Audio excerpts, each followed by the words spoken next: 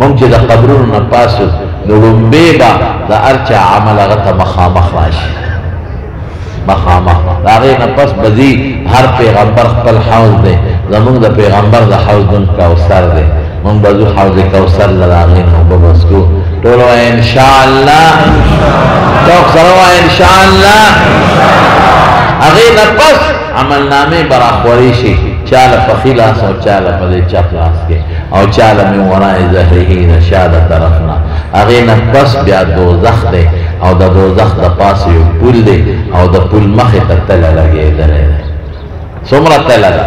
حضرت داود علیه السلام وی الله تله راته وښایه میزان نو چې ویې کته نو بېهوشه پرېوت نو چې هوش کې راغی نو ژړلې وی الله دا خو دومره غټه تله ده که دا اوه سماوات سبعه اوه اسمانونه او ځمکې دا ورکې واچې په یو ګوټ کې ځایږي الله دا به زمون په عمل څنګه ډکېږي الله وفرمیل ای داوده چې زه غواړم په یو کجورې ډکولی شي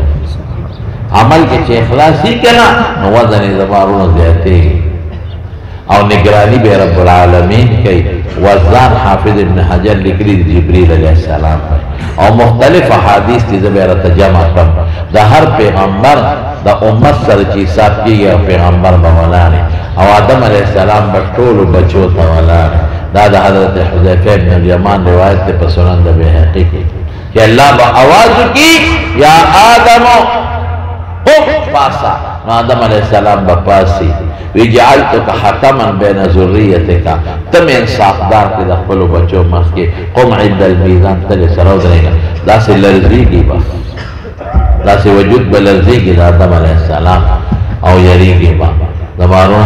نو حساب کتاب به شروع شي اما من ثقلت موازینه فهو فی عیشة راضیه چې د چا د حسناتو تله درنه شي نو ژوند خوشحاله دی واما من خفت موازینه فامه هاویه وما ادراک ما هي نار حامیه او که د نیکو تلې سپکې شي جهنم ته به ځي